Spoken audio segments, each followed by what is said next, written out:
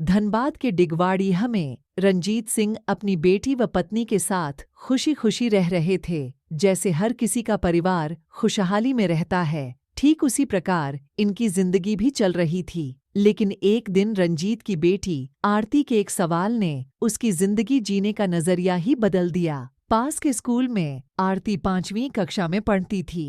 अक्सर कभी उसके पिता तो कभी उसकी माँ उसे स्कूल छोड़ने जाया करती थी। स्कूल जाते समय तो सब अच्छा रहता था, लेकिन छुट्टी के समय जब भी उसके पिता उसे लेने आते थे तो उसे जरा भी रास नहीं आता था। आरती के दोस्तों के माता पिता साफ सुथरे कपड़े पहनकर अपने बच्चों को लेने आते थे, जैसे हर आम आदमी आता है। आरती अपने पिता से प्यार तो करती थी, लेकिन वो ये नहीं चाहती थी कि उसके पिता स्कूल की छुट्टी होने पर उसे लेने आएं। हो भी क्यों ना, दिन में साफ सुथरे कपड़े पहनकर ड्यूटी जाने वाले रंजीत के कपड़े ड्यूटी के बाद इस कदर गंदे हो जाते थे कि बेटी नहीं चाहती थी कि वे छुट्टी के समय स्कूल आएं। एक दिन छुट्टी के बाद रंजीत स्कूल के गेट के बाहर गंदे कपड़ों में अपनी प्यारी बिटिया का इंतजार कर रहे थे।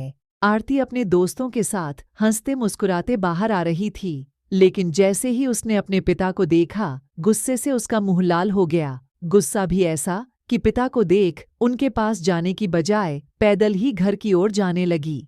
पिता साइकिल लिए बेटी के पीछे चल दिए। कहा, आरती बैठो। नीरस मन से आरती भी साइकिल के कैरियर पर बैठ गई।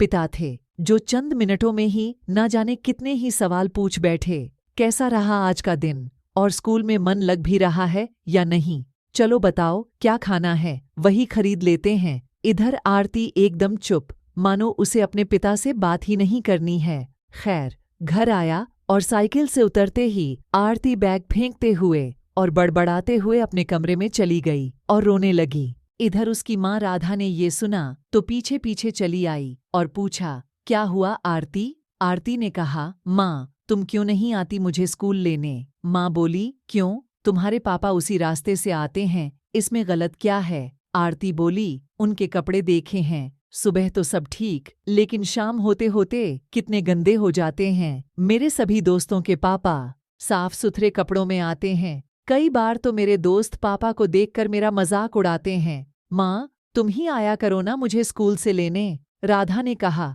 तो मेरी बिटिया रानी इससे परेशान है। अच्छा आरती, तुम ही पापा को ये क्यों नहीं कह देती?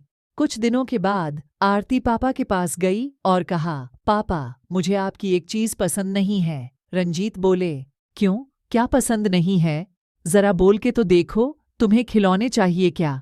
आरती ने कहा, नहीं पापा, मुझे आपके वो गंदे कपड़े पसंद नहीं हैं। सुबह तो आप घर से साफ कपड़ों में ही निकलते हैं, लेकिन दोपहर होते होते आपके कपड़े इस कदर गंदे हो जाते हैं कि मेरे दोस्त आपको देख मुझे चिढ़ाते हैं। रंजीत बोले, अरे बेटी, तो ये बात है, क्या कहूँ, मेरा काम ही कुछ ऐसा है। आरती बोली, पापा, आप ऐसा क्या करते हैं कि शाम होते होते आपके कपड़े गंदे हो जाते हैं? रंजीत बोले, तुम्हारी उम्र बहुत छोटी है, मैंने सोचा थोड़ी और बड़ी हो जाऊं तब बताऊंगा, लेकिन नहीं, अब बता ही देना चाहिए। बिटिया रानी, मैं किसी कॉर्पोरेट ऑफिस में काम नहीं करता, बल्कि एक मजदूर हूँ जिसे रोजाना जमीन से 2000 फीट नीचे पाताल में जाना पड़ता है। पिछले दिनों तुमने अखबार में खबर पड़ी थी ना, चाल ढंसने से 60 लोगों की मौत। वो मेरे साथी ही थे। मैं खुशकिस्मत था क्योंकि मेरी सुबह की शिफ्ट थी, तुमको स्कूल से लेने जो आना था। आरती की आंखों में आंसू थे। पापा, आप मेरे लिए इतनी मेहनत करते हैं, मैं कितनी गलत थी? रंजीत बोले, क्या करूं बेटी, तुम्हारी खुशी के लिए ये काम भी मैं हंसते हंसते करता हूँ। इतने में पीछे खड़ी बाप बेटी की बातें सुन रही राधा बोली, आरती, तुम्हें पता भी है तुम्हारे पापा घर से निकलते तो हैं, लेकिन उन्हें ये पता भी नहीं होता कि घर लौटेंगे भी या नहीं। मैं जानती हूँ कि कितनी मुश्किल से वो हमारे लिए पैसे कमा रहे हैं। जमीन की गहराई में जाकर वो कोयला निकालते हैं। यही वजह है कि तुम्हारे पापा के कपड़े गंदे हो जाते हैं। वहाँ गर्मी भी इतनी है कि हम लोग एक पल भी वहाँ ना रह पाएं। डर इस बात का बना रहता है कि चाल कभी भी ढंस सकती है। लोग डर के साए में काम करते हैं।